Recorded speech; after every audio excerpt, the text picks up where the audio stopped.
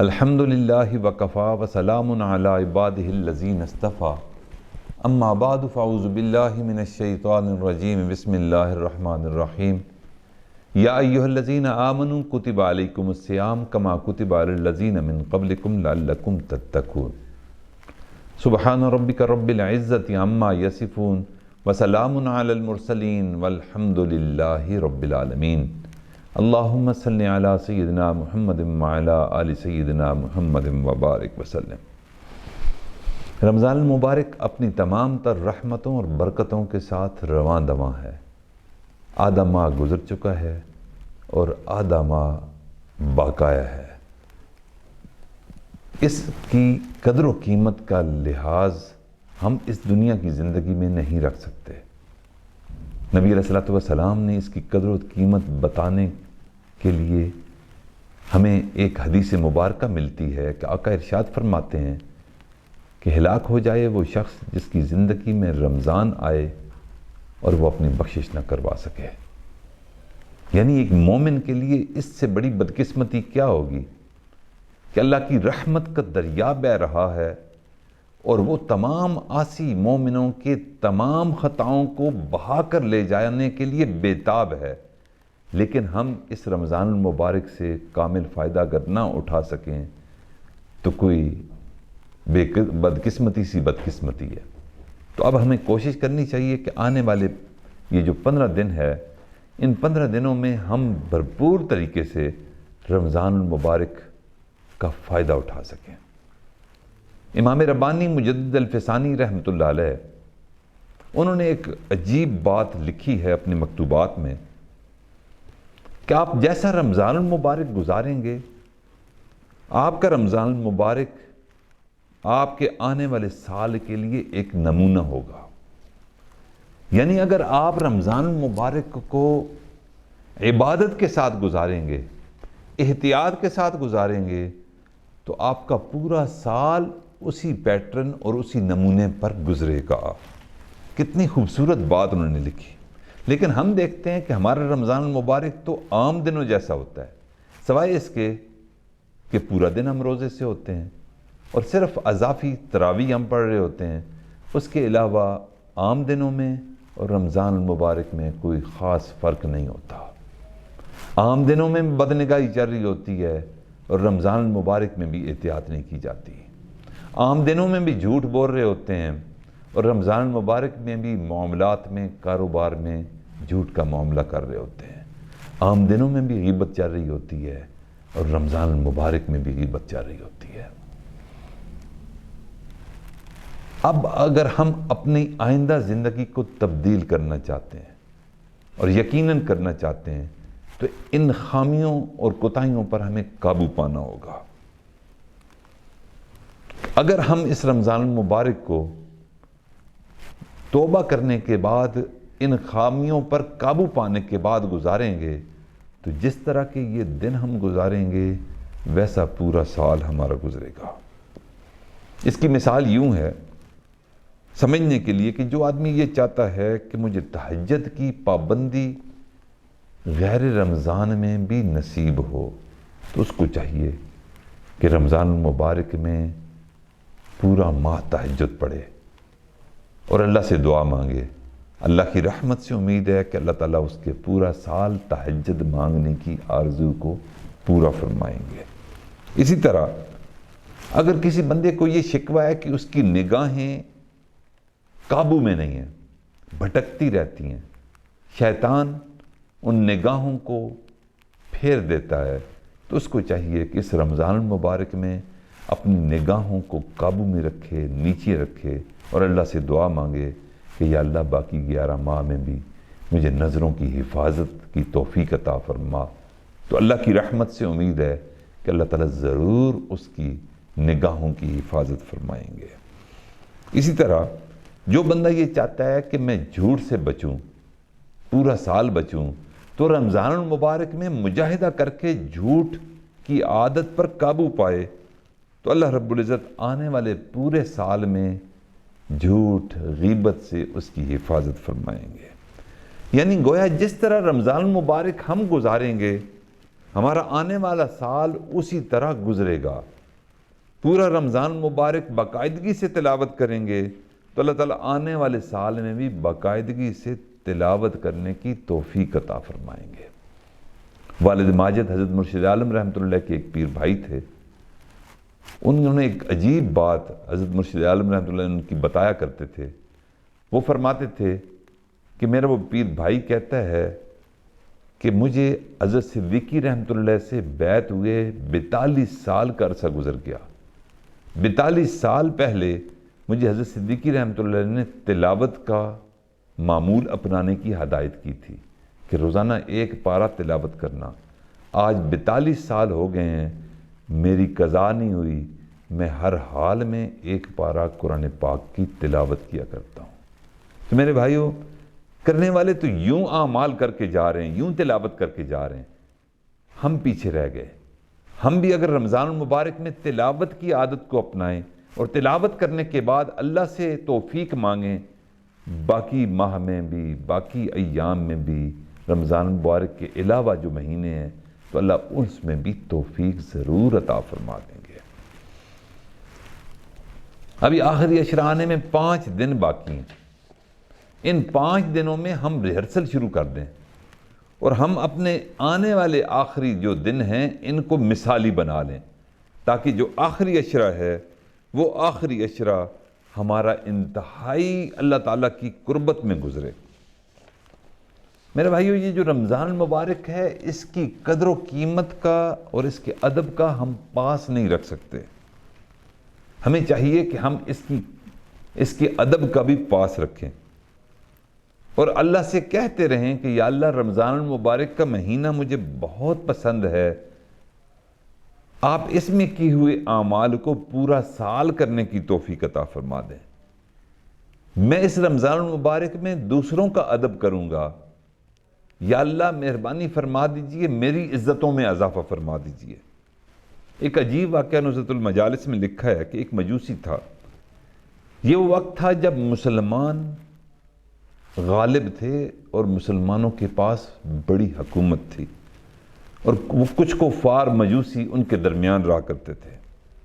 ایک مرتبہ مجوسی نے رمضان المبارک میں دیکھا کہ اس کا بیٹا کھانا کھا رہا ہے۔ جب اس نے دیکھا کہ یہ کھلے عام کھانا کھا رہا ہے تو اس مجوسی کو بہت غصہ آیا۔ اس نے بیٹے کو بہت ڈانٹ ڈپٹ کی اور کہا کہ تجھے حیا نہیں آتی؟ مسلمانوں کے مقدس مہینے کے ایام ہیں اور دن میں روزہ رکھتے ہیں، اور تو اس طرح دن میں کھلے عام کھا رہا ہے۔ یہ بات آئی گئی ہو گئی۔ اس مجوسی کے پڑوس میں ایک بزرگ رہتے تھے۔ جب اس مجوسی کا انتقال ہوا تو اس بزرگ نے اس مجوسی کو خواب میں دیکھا کہ وہ مجوسی تو جنت کے باغات میں، وہ جنت کی بہاروں میں بڑے ٹھاٹھ سے رہ رہا ہے۔ وہ بڑے حیران ہوئے کہ یہ تو کافر تھا، یہ جنت میں کیسے؟ تو پوچھنے لگے، آپ تو مجوسی تھے اور میں آپ کو جنت میں دیکھ رہا ہوں۔ وہ جواب میں کہنے لگا کہ ایک مرتبہ میرے بیٹے نے رمضان المبارک کے دنوں میں دن کے وقت میں کھلے عام کھانا کھایا تھا، اور میں نے رمضان المبارک کے ادب کی وجہ سے اس کو ڈانٹا تھا، ڈپٹا تھا اور اس کے عمل کو ناپسند کیا تھا۔ اللہ تعالیٰ کو میرا یہ عمل اتنا محبوب آیا، پسند آیا کہ موت سے پہلے مجھے اللہ نے کلمہ پڑھنے کی توفیق عطا فرمائی۔ اس طرح مجھے اسلام پر موت آئی اور اب میں جنت میں مزے لے رہا ہوں۔ میرے بھائیو، یہ رمضان المبارک کے ادب کی ایک ادنا سی مثال ہے۔ اللہ تو قادر ہیں کہ اس رمضان المبارک کے ادب، احترام اور احتیاط کے ساتھ گزارنے پر مسلمانوں کو کتنا بڑا اجر عطا فرمائیں گے۔ جو ایک مجوسی کو کلمے کی توفیق دے سکتے ہیں رمضان المبارک کے ادب سے، اور جو مومن رمضان المبارک کی ایام کو خوب توبہ استغفار میں گزارے، تلاوت میں گزارے، رات شب زندہ بیدار ہو کر گزارے، تو اللہ تعالیٰ اس ماہ مبارک کا اکرام کرنے پر بندے کا کتنا اکرام فرمائیں گے۔ اس لیے ہمیں چاہیے کہ اس رمضان المبارک کے دنوں میں ہم خوب محنت کریں اور خوب محنت سے اپنے اوقات کو بسر کرنے کی کوشش کریں۔ آپ رمضان المبارک کی قدر و قیمت کی مثال یوں سمجھ لیجئے جیسے بینک کی چیک بک ہوتی ہے۔ اللہ تعالیٰ نے گویا ہمیں 30 چیک کی چیک بک دے دی ہے کہ تم اس کے اندر جو چاہو مرضی لکھ لو.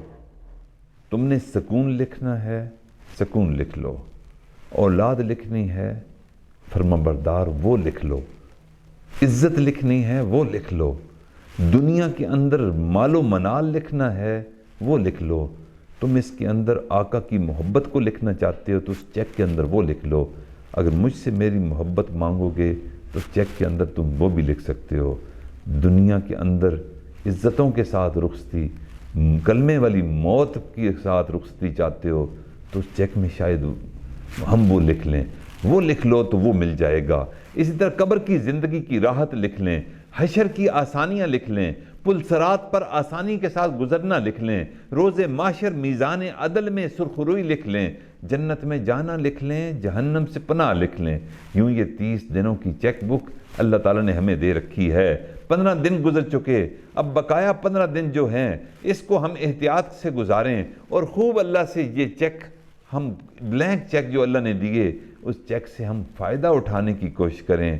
تو اللہ کی رحمت سے امید ہے کہ اللہ تعالیٰ رمضان میں مانگی ہوئی تمام دعاؤں کو شرف قبولیت عطا فرمائیں گے اور ہمیں کبھی مایوس نہیں فرمائیں گے. رمضان المبارک کی قدر و قیمت اور اس کی نسبت، علماء اور ہمارے مشائخ نے لکھا ہے کہ اس کی نسبت حضرت یوسف علیہ السلام کے ساتھ ہے. رمضان المبارک بھی 12واں مہینہ ہے اور اس کے علاوہ 11 ماہ ہیں. حضرت یوسف علیہ السلام کے بھی 12 بھائی تھے، 11 ان کے علاوہ تھے. یہ حضرت یعقوب علیہ السلام کے بیٹے تھے اور ان 12 میں سے صرف ایک حضرت یوسف علیہ السلام تھے. اللہ تعالیٰ نے یوسف علیہ السلام کی برکت سے 11 بیٹوں کی غلطیوں اور جرم کو معاف کر دیا تھا. ہمارے مشائخ نے فرمایا کہ سال کے بھی 12 مہینے ہیں، اس رمضان المبارک میں مہینے کی برکت سے اللہ تعالیٰ ہمارے 11 مہینوں کو معاف فرما دیں گے. یعنی رمضان اور یوسف علیہ السلام کی نسبت ایسی ہے. اس لیے ہمیں یہ چاہیے کہ ہم اس رمضان المبارک کے ایام میں خوب محنت کے ساتھ، خوب مجاہدے کے ساتھ آنے والے ایام کو گزاریں اور اللہ تعالیٰ سے دعائیں مانگتے رہیں اور قبولیت مانگتے رہیں. میرے بھائیو، یہ چند روزہ 15 دن ہیں، گنتی کے معدود دن ہیں.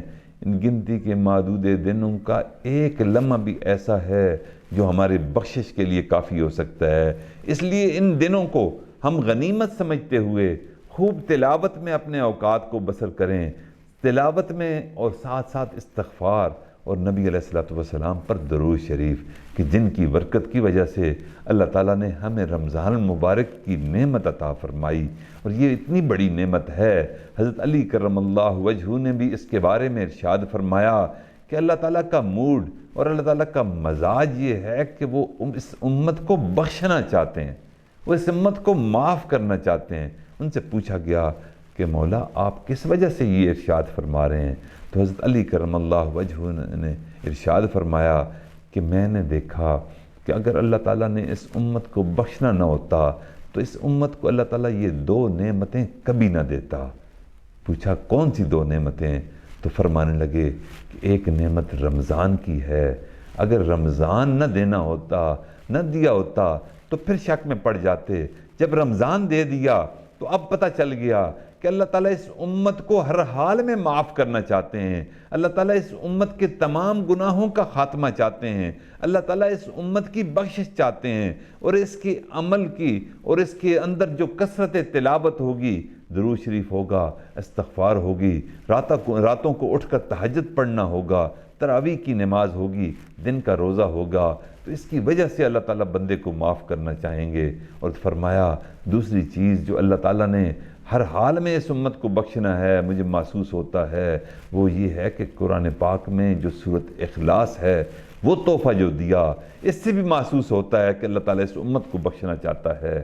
کیونکہ نبی علیہ السلام نے ارشاد فرمایا تھا کہ سورۃ الاخلاص 1/3 قرآن پاک کے برابر ہے.